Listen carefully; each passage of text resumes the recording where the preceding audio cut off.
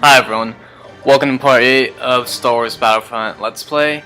We're going to be starting the Galactic Civil War part of the historical campaign in Star Wars Battlefront 1 with Desert Extermination. Yeah, we'll just skip the credits. In our search for the missing rebel droids, we have discovered a rebel cell on the planet. In addition, our scouts have come under attack by the natives of Tatooine. Lord Vader has issued an order to eliminate all Tusken Raiders and rebels in the Dune Sea area. So yeah, like our awesome Emperor just said, we are going to be fighting the rebels now. This is actually, I don't know if it's my favorite map in Battlefront 1, but it's one of my favorites for sure. It's just a lot of fun. It's really big, lots of vehicles. I just think it's a lot of fun.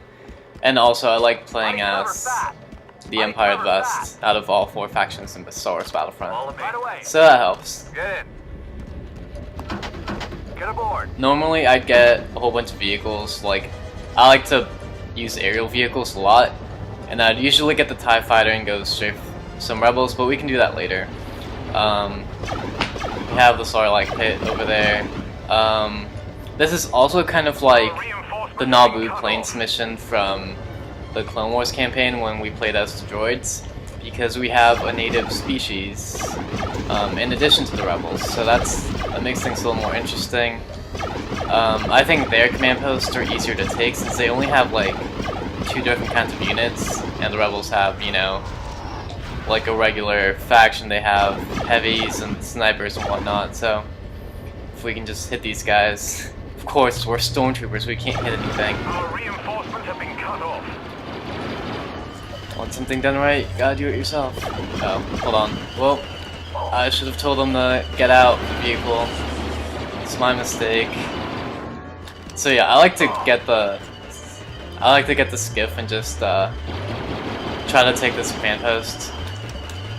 You're supposed to tell them to get out so that it can be easier to take, but I forgot to do that. It's my mistake.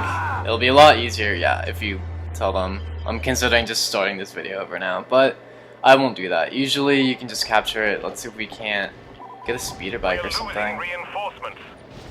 Get back over there. Speeder bike. Nope. Some vehicle just exploded. So that's weird. There's usually a speeder bike. There's a rebel speeder. Oh, here's one. So yeah. So if you're not stupid like me and you tell them to evacuate the skiff, the command post will be way easier to take since you'll have reinforcements, and you know, that'll be a nice little command post to have. And if you can capture both of those Tusken Raiders command posts, then you'll effectively eliminate them from the map, from the entire game basically. But that's kind of hard to do. That command post by the Sarlacc pit is really hotly contested, so if you want a challenge you can go capture it, but I like to get this so that we can get the high ground, so Obi-Wan would say, and just kind of fire on the Tuskens from here and have a good vantage point for the main rebel command post over here, so we can't steal an X-Wing or something. It could be fun. I think the rebels have the best vehicles in Battlefront, so they're definitely the most hardy vehicles. The rebel speeders are really powerful. And yeah, well, that's their main command post. It's pretty tough to take unless you bring a lot of reinforcements with you. Let's try to get a TIE Fighter. Come with me. Oh, you can go. I'm getting this one. Alright. I usually just, when I first played this, I would just get on the TIE Fighter and just use it the whole time since I love flying, I love aerial vehicles, and dogfighting's a lot of fun. But then, you know, half the time I would lose because my allies wouldn't be doing their jobs right, so I like to kind of balance it a little bit by, you know, having some fun in the air, but also making sure that we're winning the battle. He was gonna crash anyway.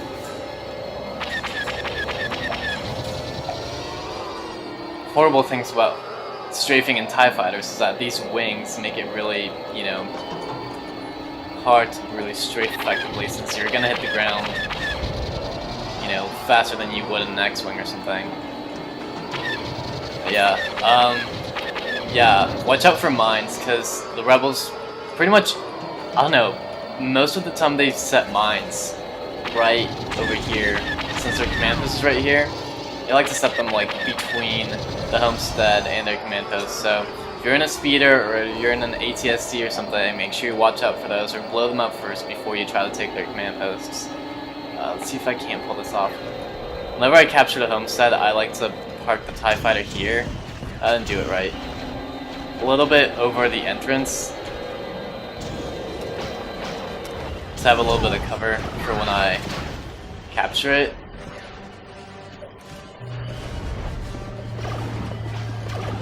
I didn't really do it right. It's only covering half of the entrance. Most of the time I can get it right. It just adds a little bit more cover so that when you capture it, you can either deny the rebels one entrance to it, so you only have to worry about one.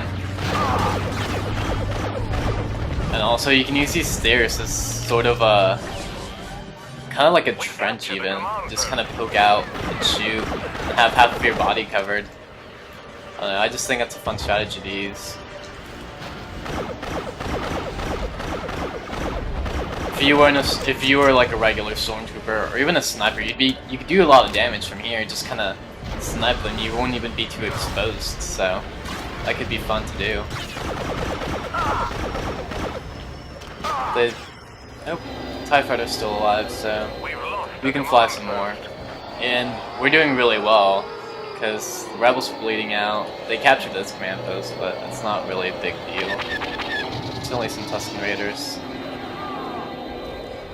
And this rebel guy. Really hate that gun. Can't aim it right. Yeah, not good at that at all. This match is going surprisingly fast. The rebels are just dying. I think the Tuskens are doing better than they are. Finally kill someone with that.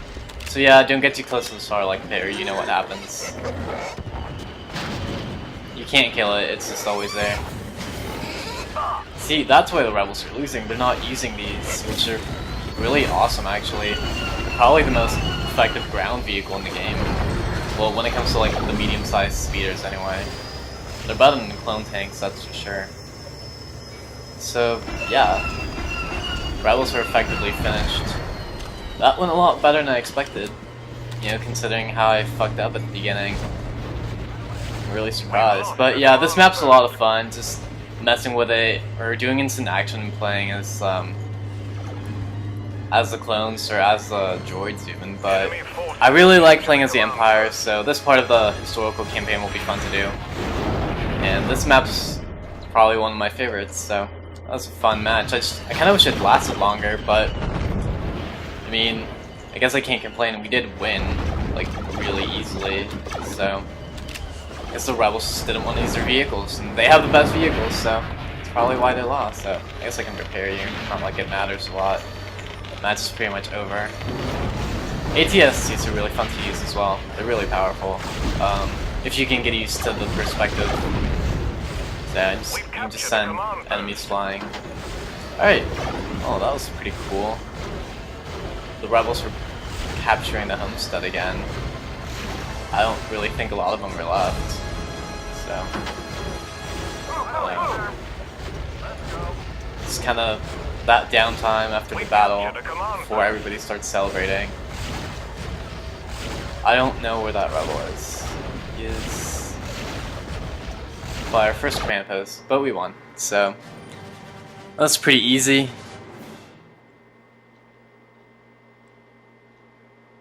Pretty awesome.